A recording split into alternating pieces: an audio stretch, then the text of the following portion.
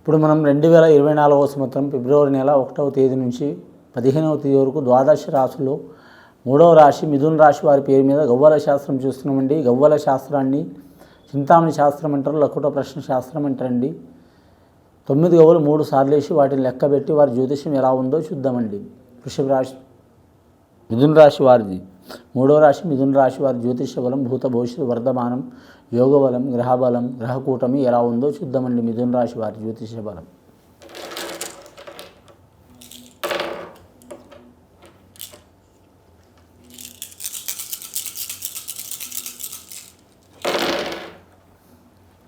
మిథున రాశి పేరు మీద 6 గవ్వలు పడ్డాయండి వారి పేరు మీద. జాతకంలో షష్ఠష్టకం మాత్రం చాలా వరకు శుభయోగం ఉన్నది వారి జాతకంలో. కానీ ముఖ్యంగా వారి జాతకంలో చూడాలంటే మాత్రం ఆదాయ ఖర్చు విషయంలో మాత్రం వ్యయమస్థానంలో రాహు ఉన్నాడు కాబట్టి ఎంత సొమ్ము వచ్చినా మాత్రం నిలబడదండి వారి జాతకంలో. కానీ మాత్రం సప్తమ స్థానంలో శని ఉన్నాడు వారి సప్తమ స్థానంలో వారికి కేతు ఉన్నాడండి. కానీ మాత్రం నవమ స్థానంలో మాత్రం శని ఉన్నాడు వారి జాతకబలానికి. శుభ అశుభ యోగాలు సరి సమానం ఉన్నాయి వారి జాతకానికి. చిక్కరు దొరకరు ఒకరికి అర్థం కాదనుకుంటారు కానీ వారు చాలా వరకు మాత్రం ఇబ్బందులు పడే అవకాశం ఉందండి. వివాహ విషయంలో చాలా చిక్కులు వస్తాయండి. వివాహ విషయం అంటే పెళ్లి చేసుకోవడానికో పెళ్లి కాలేకపోవడమో కాదండి.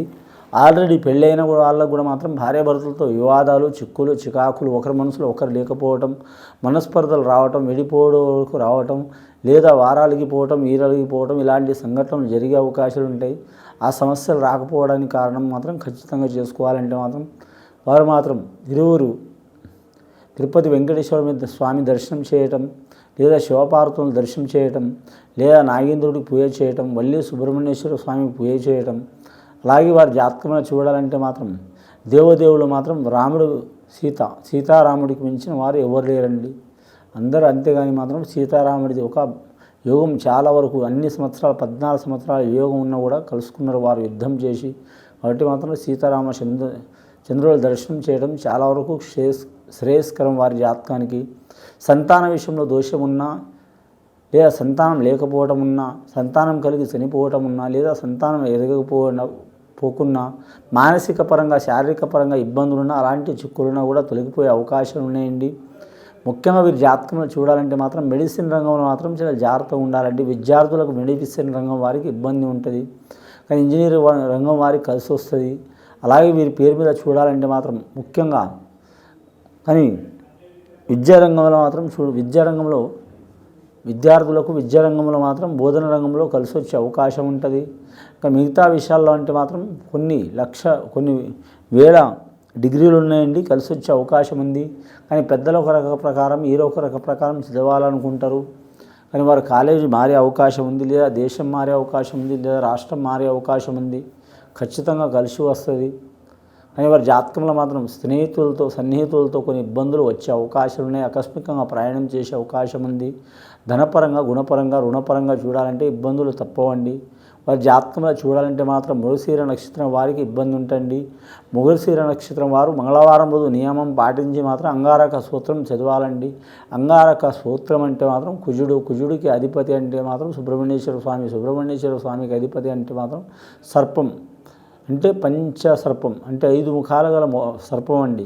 అది ఉంటే ఏముంటుందంటే మాత్రం మెయిన్గా రుణబాధలు ఉంటాయి. రెండవది పర్సనల్ లైఫ్లో బాగుండదు. మూడవది మానసికంగా ఇబ్బంది ఉంటుంది. నాలుగవది ఉద్రేకం ఉంటాడు మనిషి. ఐదవది మాత్రం మానసికంగా చాలా ఇబ్బందులు పడతారు. ఈ ఇబ్బందులు వెళ్ళిపోవాలంటే మాత్రం ఆ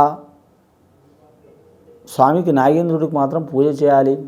చేస్తే చాలా మంచిది. పూజ చేయాలంటే 100 గంటలు 1000 చేయాలని కాదండి. మామూలుగా మనస్ఫూర్తిగా మీరు 5-10 నిమిషాలు చేసినా కూడా చాలు. ఇలా మంచి జరిగే అవకాశం ఉంది.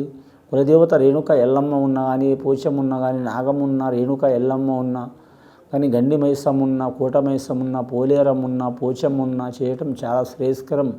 వీరందరూ శక్తిగల దేవతలు. వేరే వారు మాత్రం దుర్గమాత, కనకదుర్గ, రాజరాజేశ్వరి దేవత, అలాగే సరస్వతి దేవత, జ్ఞాన స్వరూపిణి దేవత. అలాగే వీరి జాతకంలో చూడాలంటే గాయత్రి మాత, అలాగే మాత్రం దుర్జాపుర భవాని. వీరికి సామాన్యంగా పూజ చేసినా కూడా నడిచే అవకాశం ఉంది వీరి జాతక బలానికి. కానీ మీరు జ్యోతిష బలంలో చూడాలంటే మాత్రం దృష్టి దోషం అధికం ఉంటుందండి. రెండవసారి గవ్వలేసి చూద్దామండి. మొదటిసారి 6 గవ్వలు పడ్డాయండి. రెండవసారి గవ్వలేసి చూద్దామండి. మూడవసారి వేసిన గవ్వలు మొదటిసారి వేసినాం, రెండవసారి వేసి చూద్దామండి ఎలా ఉందో చూద్దాం.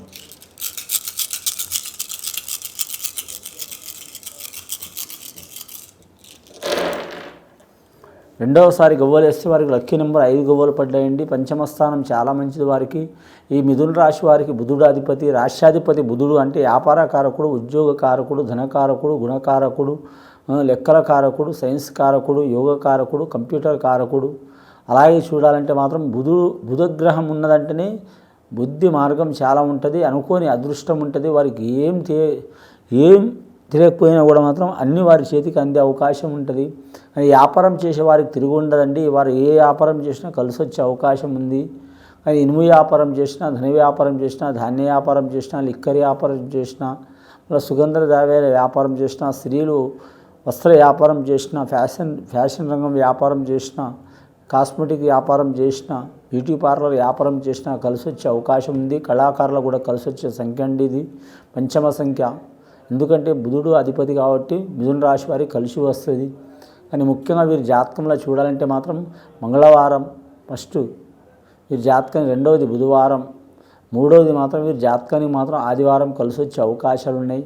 ఈ మూడవ రాశి వారికి, మిథున రాశి వారి జ్యోతిష్యంలో చూడాలంటే మాత్రం అంశ భారీ ఉంటుంది, పాము అంశ ఉంటుందండి. పాము పగబట్టిందంటే మాత్రం 12 తరాలైన వదిలిపెట్టదంటారు, అసంటి యోగం ఉంటుంది. కానీ మాత్రం అదే పాము ఆ శివుడి మెడలో ఉంటుంది కాబట్టి వారెంత దయామయులు ఎవరు కారు, వారెంత క్రోధం ఎవరికి ఉండదు. క్రోధం అంటే స్వభావం, పాము బుస్సు అన్నట్టు చేస్తుంది వారి స్వభావం. ఆ స్వభావం వారు తగ్గించుకోలేరు. కానీ తగ్గించుకుంటే చాలా వరకు మాత్రం మంచి ఫలితాలు కలుగుతాయి. స్త్రీలకు అనుకూలంగా ఉండదండి, జాగ్రత్తగా ఉండాలి. పురుషులకు అనుకూలంగా ఉంటుంది. కానీ విద్య విషయంలో ఇబ్బందులు వచ్చినా తొలగిపోతాయి. కానీ వీరి జాతకంలో చూడాలంటే నిరుద్యోగులకు మాత్రం ఉద్యోగ ప్రాప్తిస్తూ అయ్యే అవకాశం ఉంది. ప్రైవేటు ఉద్యోగ ప్రాప్తిస్తూ అయ్యే అవకాశం ఉంది. గవర్నమెంట్ ఉద్యోగం చేయాలనుకునే వారు కూడా కలిసి వస్తుంది. కానీ మాత్రం 50% కలిసి వచ్చే అవకాశం ఉందండి. ఐఏఎస్ ఐపీఎస్ రంగం వారికి కలిసి వస్తుంది. రెవెన్యూ రంగం వారికి ఇబ్బంది వస్తుంది. ఇతర రంగం వారికి ఇబ్బంది వస్తుంది. అలాగే రోడ్ల భవనాల శాఖ వారికి మాత్రం చికాకులు వస్తాయి. అలాగే వీరి జాతకంలో ఆర్టీసీ రంగం, డ్రైవింగ్ రంగం సంబంధించిన వారికి మాత్రం చిన్న భిన్నమయ్యే అవకాశం ఉంది. పంచాయతీరాజ్ శాఖ వారికి కలిసి వచ్చే అవకాశం ఉంది. ఇంకా వీరి జాతకానికి విద్యుత్ రంగం వారికి కలిసి వచ్చే అవకాశం ఉంది. నీటిపారుదల శాఖ వారికి కలిసి వచ్చే అవకాశం ఉంది. కానీ ఇంకా ప్రమోషన్ లిస్టులో ఉన్నవారు తప్పకుండా ప్రమోషన్ పొందే అవకాశం ఉంది. మూడవసారి గవ్వలేసి చూద్దామండి. మొత్తం వీరి జాతకానికి మాత్రం 11 గవ్వలు పడ్డాయండి. మూడవసారి ఎన్ని గవ్వలు పడతాయో చూద్దాం.